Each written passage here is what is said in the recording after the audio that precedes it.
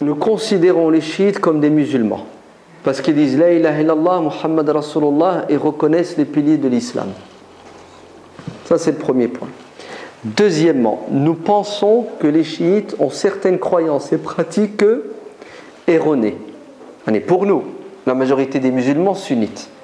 Mais eux, ils pensent qu'ils sont dans la vérité. Vous me suivez? Troisièmement, notre morale, notre philosophie, c'est quoi? C'est les musulmans doivent s'entraider. Les musulmans doivent rester des frères. Les musulmans doivent mettre de côté leurs querelles. Parce que ce qui les unit est plus important et nombreux que ce qui les divise. Et en plus, ils sont dans une posture très délicate. Ils ont une coalition qui veut leur peau, quelle que soit leur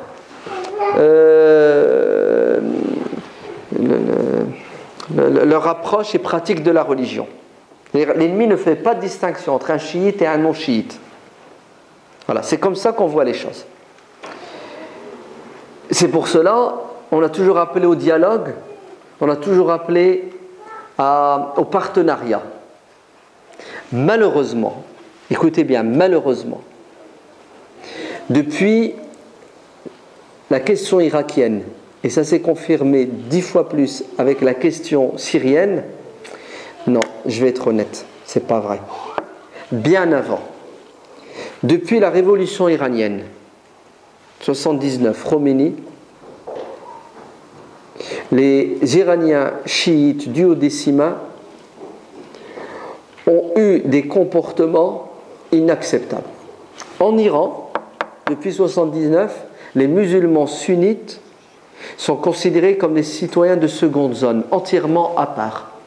Est-ce que vous vous rendez compte qu'au Parlement iranien, il n'y a pas un musulman sunnite? Je crois que vous avez 8 députés juifs. Peut-être là ça a changé avec les élections, il doit en avoir plus ou moins, je ne sais pas.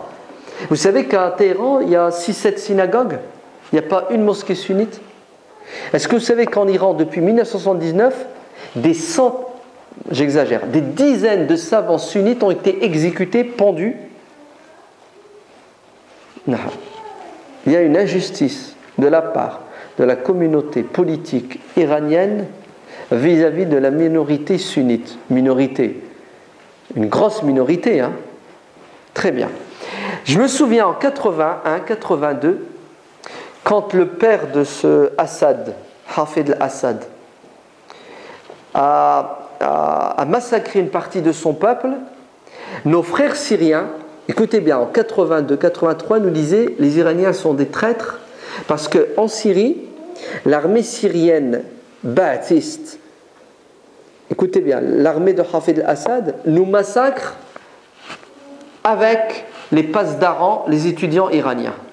C'est-à-dire, l'Iran a envoyé ses hommes pour aider Hafid al-Assad à quoi? À mater les manifestants et les révolutionnaires musulmans sunnites.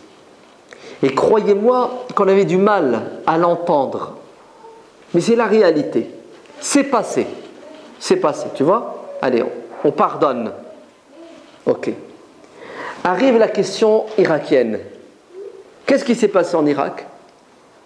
L'Iran, avec les chiites d'Irak, avait un plan de plein accord avec les Américains. Massacrer le maximum de sunnites. Et nos frères sunnites ont été tués par centaines de milliers. Et encore maintenant, au moment où je vous parle, maintenant, vous avez plus de 10 000 prisonniers irakiens sunnites dans les prisons de Maliki qui sont en entente de pseudo-jugement, et tous les mois, vous avez 10 à 15 exécutions sous l'accusation de terroristes. C'est pas moi qui le dis, c'est les associations humanitaires des droits, défense de l'homme, Human Rights Watch, etc. Naam. C'est une épuration ethnique et religieuse. Et on s'est levé contre ça, et on a condamné. Ils n'écoutent pas, ils n'en ont rien à cirer. Ce sont les Séfavides du 19e siècle qui se vengent des sunnites du 21e siècle par rapport à ce que les Ottomans ont fait contre les Séfavides pour les arrêter dans leur chiisation du monde sunnite. Arrive la question syrienne. Elle est plus que flagrante. L'Iran est en Syrie avec ses hommes, avec ses armes. Même le Hezbollah, qu'on a soutenu et qu'on a défendu corps et âme quand il combattait Israël, l'agresseur, aujourd'hui est en Syrie pour massacrer le peuple syrien. Le Hezbollah qui disait « Oui, bravo le peuple égyptien, vous êtes libéré de Pharaon. Bravo le peuple libyen, vous êtes libéré de Kadhafi. Bravo les Yéménites. » Bizarrement, par une opération du mauvais esprit, ah non, le peuple syrien est manipulé par les Américains. Les Syriens, ce sont des traîtres. Bachar al-Assad, c'est un ange. 2 poids, 2 mesures. Maudit soit la réelle politique. Donc, le positionnement aujourd'hui de l'Iran et des chiites dans le Moyen-Orient, il est exécrable. On ne peut pas cautionner, on ne peut que condamner. Et l'histoire ne fait que se répéter, c'est déjà arrivé dans l'histoire. Alors écoutez bien, quelque chose que vous allez avoir du mal à comprendre, parce que ce n'est pas évident à entendre. Il y a une collusion, une entente entre les Américains et les sionistes et les chiites iraniens. Vous entendez? C'est implicite. Parce que tous les deux ont un objectif commun et des intérêts en commun. Vous savez quel est cet objectif et cet intérêt en commun? C'est, pour les Américains, empêcher le monde sunnite de se libérer, de s'unir. Pour les chiites, empêcher le monde sunnite de se libérer, de s'unir, parce qu'ils vont automatiquement rester, comme ils l'ont toujours été, une minorité dans cette grande entité sunnite. Alors que les chiites veulent créer leur empire chiite avec leur indépendance.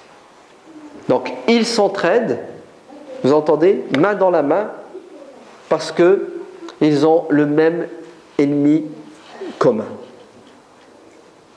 Voilà. C'est triste, mais c'est comme ça. Ce n'est pas la première fois que ça arrive dans l'histoire.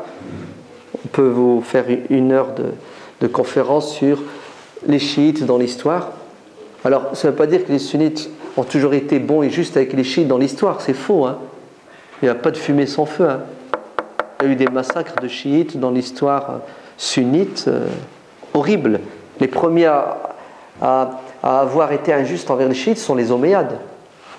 On est obligé de le dire. C'est clair et net. Une injustice ne justifie pas une autre injustice.